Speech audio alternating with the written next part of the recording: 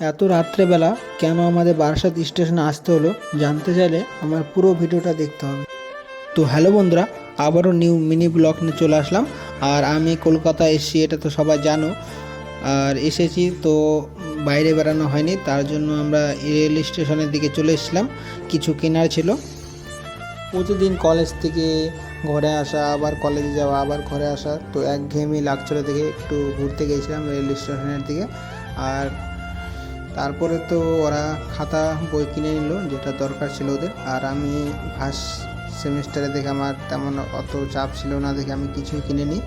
তারপর আমরা রেল স্টেশনে ধরে সোজা ঘরের জন্য যাচ্ছিলাম। রেল স্টেশন থেকে আমাদের আসতে সময় লেগেছিল মিনিমাম 20 মিনিটের মতো। তারপরে আমরা ঘরে এসে রান্না চাপিয়ে দিয়েছিলাম।